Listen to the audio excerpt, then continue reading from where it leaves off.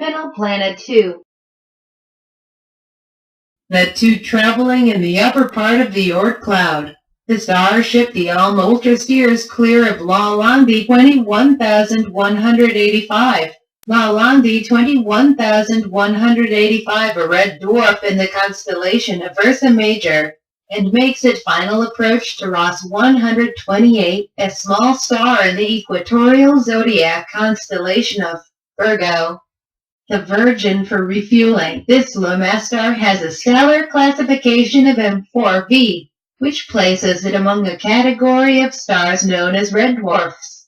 Nagumic, aka Nomapa, come away from the sun and have your credentials ready, said a voice coming over comm line. Captain Rock immediately understood this to be the Federation giving the order to move away from the sun and followed them without question. A gigantic mothership came out of warp and sat beside the now tiny starship. It was Ashtar Command. Ashtar Command, the Earthborn division of the Great White Brotherhood, one of the most interesting and intriguing extraterrestrial groups of them all is that of Commander Ashtar and the Ashtar Command.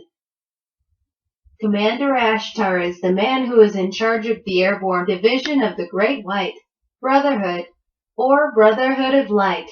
Commander Ashtar and his vast extraterrestrial army of workers of over 20 million work closely and in conjunction with the Ascended Masters.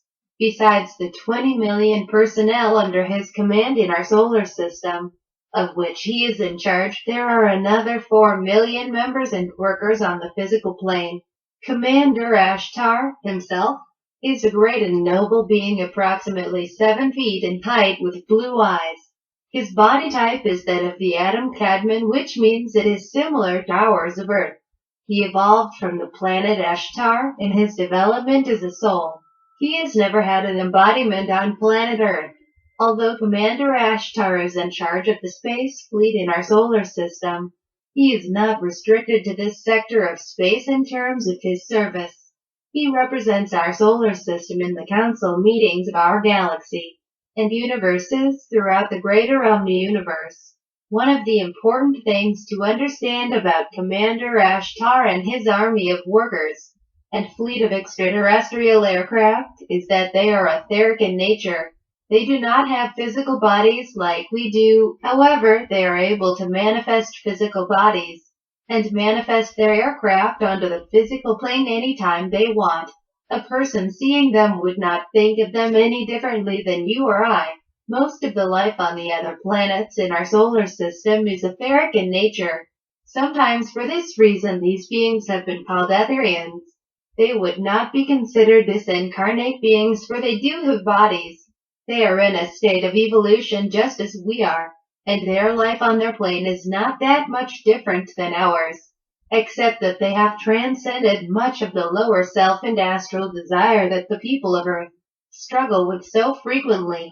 Commander Ashtar also works closely with the Angelic Kingdom, most specifically with Archangel Michael.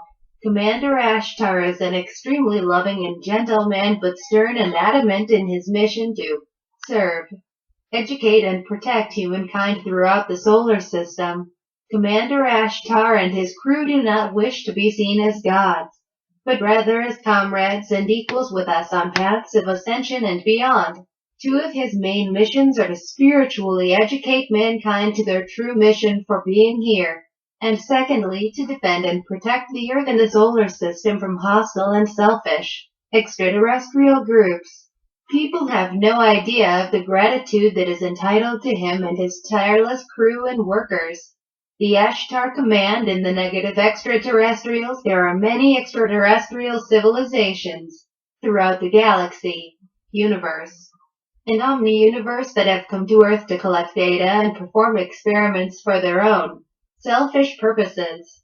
They are not here to be of service. Some of these extraterrestrials are of what might be termed a neutral nature, and some are serving the dark forces. There are also negative extraterrestrials who openly oppose the Great White Brotherhood and the Ashtar Command. They would seize the planet and take it over if they could.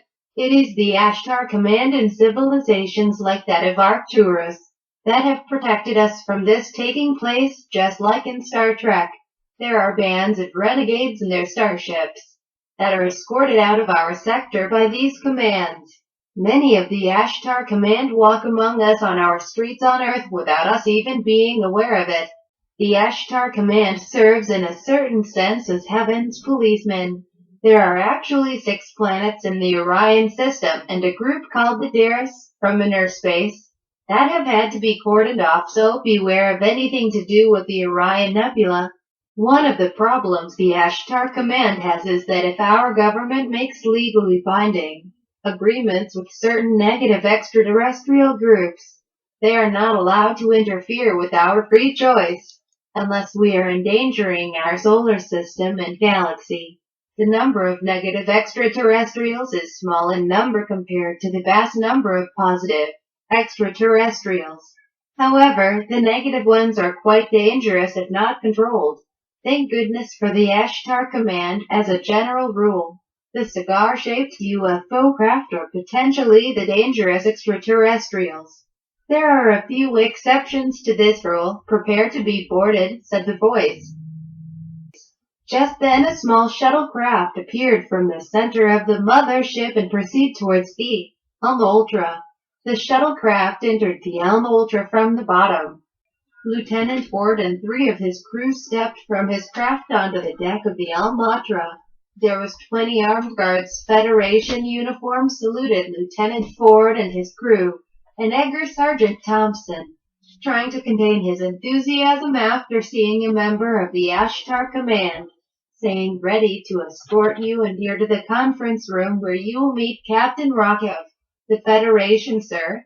Lieutenant Ford looked around at the 20 armed guards and said to Sergeant Thompson, "Little over kill, don't you think?" Sergeant Thompson looked at him and said, "Oh, this is for your protection and mine." They got to the conference room where Captain Rock is waiting. "All Lieutenant Ford, welcome to the Elm Ultra.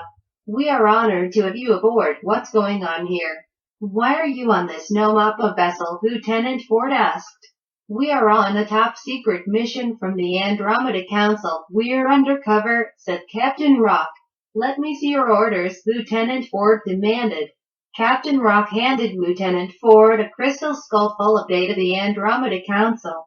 Lieutenant Ford looked over the orders, handed them back and asked, "What have you got to eat around here?" Captain Rock went to the food replicator and said, "Name your poison." The Elm Ultra went back to refueling. Dr. Hartford feels he finished the final details on the Soul Catcher. He calls for Coupe to begin download.